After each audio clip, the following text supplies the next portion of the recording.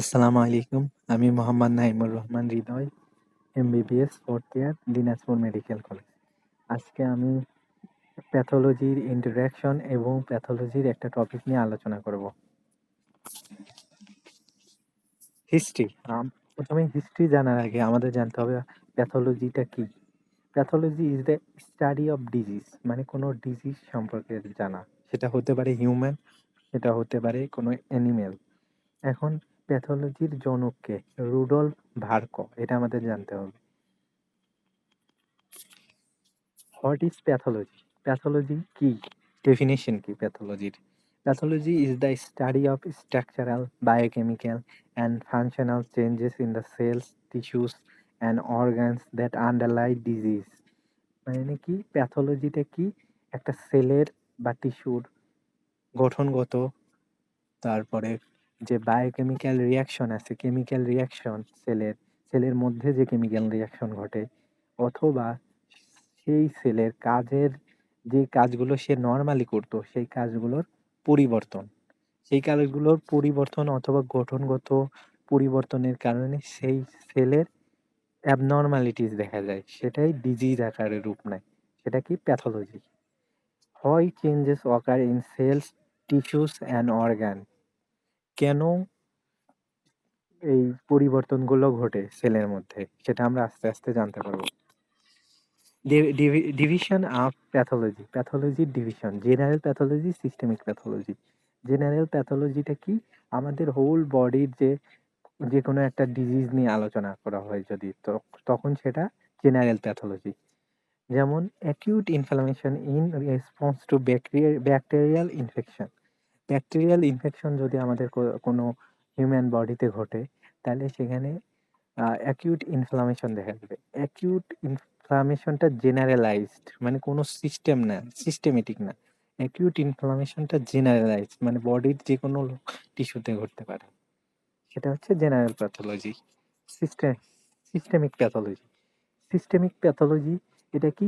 যে কোনো একটা সিস্টেমের যদি সেলের ফাংশনের স্ট্রাকচারাল পরিবর্তন ঘটে, সেটা হচ্ছে সিস্টেমিক প্যাথোলজি। যেমন ইসচেমিক হার্ট ডিজিজ, এখানে কি হয়? হার্টের টিস্যুতে অক্সিজেন সাপ্লাই ডিস্টারবেন্স হয়, যে কারণে এখানে হার্টের সেলগুলো ঠিকমতো অক্সিজেন না পাওয়ার কারণে সেই সেলগুলো সেই সিচুয়েশনকে অ্যাডাপ্ট করতে না পেরে মারা যায়, সেটাকে বলে আমরা নেক্রোসিস। এখন এই যে সেই সেলে অ্যাবনর্মালিটিস দেখা গেল, সেটা হচ্ছে একটা সিস্টেমকে কেন্দ্র করে, মানে হার্ট, কার্ডিওভাস্কুলার সিস্টেম। এখন এই সিস্টেম ওয়াইজ যে প্যাথোলজি, সেটা হচ্ছে systemic pathology. 4 aspect of disease process, মানে একটা ডিজিজ যে হওয়ার ধারাবাহিকতা, সেটা কি?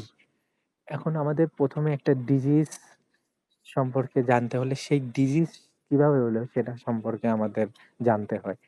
মানে etiology, origin of disease or cause of disease, মানে সেই ডিজিজটা কি কারণে হলো। তারপরে কি, সেই ডিজিজটা কিভাবে হলো। প্যাথোজেনেসিস হচ্ছে ডেভেলপমেন্ট অফ ডিজিজ। সেই ডিজিজটা কিভাবে হলো, মানে কি সেই সেলের মলিকিউলার, কেমিক্যাল, সেলুলার ইভেন্টস যেগুলো সেগুলো তার মধ্যে ঘটেছে, কখন, যখন তার মধ্যে পরিবর্তনগুলো হয়েছে, তখন কিভাবে ডেভেলপমেন্ট হয়েছে, সেটা হচ্ছে প্যাথোজেনেসিস। মরফোলজিক্যাল চেঞ্জ, একটা সেলের পরিবর্তন হলে, সেলের গঠনগত পরিবর্তন হলে, সেটা অবশ্যই আমরা মরফোলজিক্যাল বাইরে থেকে দেখতে পাবো। সেটা হচ্ছে morphological change. Clinical manifestation, science and symptom. এখন একটা সেলের যদি ফাংশনের কোনো পরিবর্তন ঘটে, যেমন একটা সেল যে কাজ করতো আগে, সেটা যদি সে করতে ব্যাহত হয়, তাহলে কি হবে? একটা আমাদের বডির যে কোনো সাইন সিম্পটম দেখা যাবে যে সে তার কাজ করতে ব্যাহত হচ্ছে। এটা হচ্ছে ক্লিনিক্যাল ম্যানিফেস্টেশন। তার মানে কি, একটা ডিজিজ হওয়ার ধারাবাহিকতা কি? প্রথমে ইটিওলজি, মানে সেই ডিজিজটা কিভাবে হলো। তারপরে প্যাথো মানে সেই ডিজিজটা হওয়ার কারণটা কি, কজ। প্যাথোজেনেসিসটা কি? সেই ডিজিজটা কিভাবে হলো। মরফোলজিক্যাল চেঞ্জ, সেই সেলের যে পরিবর্তন হচ্ছে সেটা আমরা বাইরে থেকে দেখতে পাবো কোনো মাইক্রোস্কোপ অথবা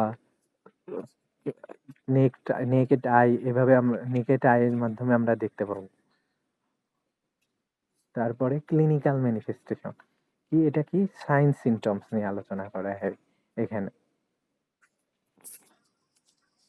father of pathology Rudolf Virchow. এখন what is homeostasis?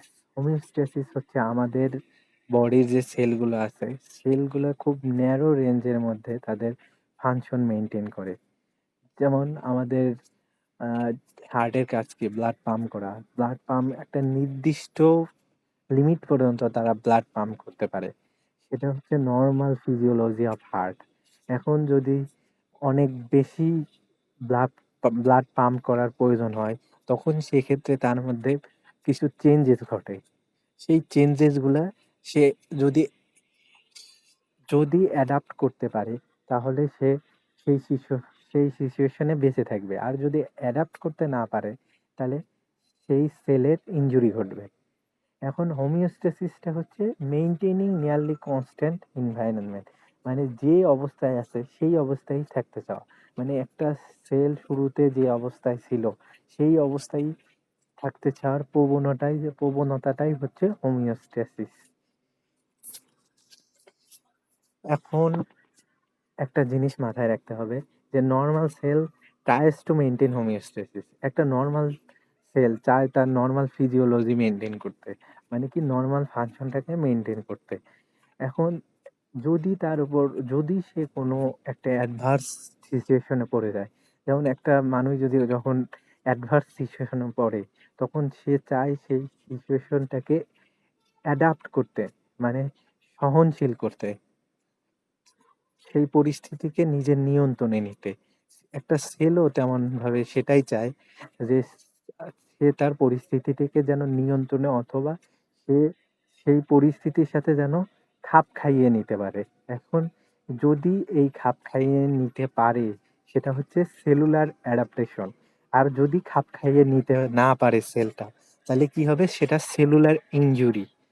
R cellular ইনজুরিতে যদি সেলুলার ইনজুরি আবার দুই ধরনের। সেলুলার ইনজুরি রিভার্স করা যেতে পারে, যেটা reversible sell injury. Reversible sell injury হলে সেলটা আবার রিভার্স ব্যাক করে নর্মাল ফিজিওলজিতে, মানে হোমিওস্ট্যাসিসে। আর যদি সেলটা রিভার্সেবল ইনজুরি না হয়, ইরিভার্সেবল হয়, তাহলে কি সেলটা আর ব্যাক করতে পারবে না তার নিজের পজিশনে, তখন আলটিমেটলি সেল ডেথ হয়ে যাবে। এখন what is stress or injurious stimuli? Stress অথবা ইনজুরিয়াস স্টিমুলাই কি? স্ট্রেস হচ্ছে একটা ফ্যাক্টর যেটা সেলের উপর যখন আসে, একটা স্ট্রেস মানুষের উপর যখন স্ট্রেস আসে তখন সে নর্মাল কাজ করতে ব্যাঘাত ঘটে তার। তেমনি একটা সেলে যখন স্ট্রেস আসে অথবা ইনজুরিয়াস স্টিমুলাই আসে তখন সে তার নর্মাল কাজ করতে ব্যাঘাত ঘটে, তখন সেটা হচ্ছে স্ট্রেস অর ইনজুরিয়াস স্টিমুলাই। এখন এই স্ট্রেস অর ইনজুরিয়াস স্টিমুলাই কি কি হতে পারে সেটা আমরা জানবো। What are the injurious stimuli? কি কি ইনজুরিয়াস স্টিমুলাই হতে পারে? যেমন হাইপোক্সিয়া। হাইপোক্সিয়া হলে কোনো সেলে অক্সিজেন ফ্লোটা কমে যায়। অক্সিজেন ফ্লোটা কমে গেলে সে তার কাজ, সেই সেলটা তার কাজ ঠিক মতো করতে পারে না। Physical trauma. ফিজিক্যাল ট্রমার হলে কোনো সেলের তার স্ট্রাকচারাল পরিবর্তন ঘটতে পারে, যে যে কারণে তার আ আ সেই সিচুয়েশনটাকে অ্যাডাপ্ট নাও করতে পারে। Chemical agent. কেমিক্যাল এজেন্টের মধ্যে আছে পয়জন, টক্সিন। এগুলো কোনো সেলের নরমাল ফাংশনকে ডিস্টার্ব করে।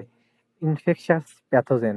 ইনফেকশাস প্যাথোজেনও কোনো একটা সেলের নরমাল ফাংশনকে ডিস্টার্ব করে। ইমিউনোলজিক্যাল রিঅ্যাকশন, যেমন আমাদের কিছু অটোইমিউন ডিজিজ আছে যেগুলা, অটোইমিউন ডিজিজ মানে কি, কোনো একটা আমাদের বডির যে ইমিউন সেলসগুলা আছে সেগুলা আমাদের বডিরই কোনো এন্ডোজেনাস সাবস্টেন্সকে চিনতে পারে না, যে কারণে তারা তার বিরুদ্ধে অ্যান্টিবডি তৈরি করে। এই অ্যান্টিবডিগুলার কারণে সেই সাবস্টেন্সগুলা যেগুলো আমাদের জন্য প্রয়োজনীয় সেগুলো ধ্বংস হতে থাকে। সেটা হচ্ছে অটোইমিউন ডিজিজ। এটা হচ্ছে ইমিউনোলজিক্যাল রিঅ্যাকশন।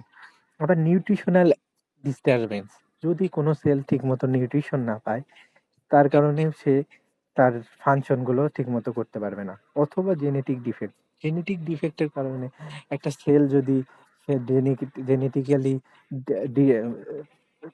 জেনেটিক্যালি ডেভেলপ না হয়, তাহলে সে ঠিকমতো কাজই করতে পারবে না। তাহলে জেনেটিক ডিফেক্টের কারণেও একটা সেলের অ্যাডভার্স সিচুয়েশন হতে পারে। এখন এটা আমাদের জন্য জানা খুবই গুরুত্বপূর্ণ যে একটা সেলের উপর যখন স্ট্রেস অথবা ইনজুরিয়াস স্টিমুলাই আসে, তখন সেই সেলটা কি করার চেষ্টা করে অথবা কি সিচুয়েশন কিভাবে কি করে যে সে তাকে নিজেকে বাঁচিয়ে রাখতে পারে, নাকি সে সেল ইনজুরি মানে সেল ডেথ হয়ে যায়, মানে সে মারা যায়।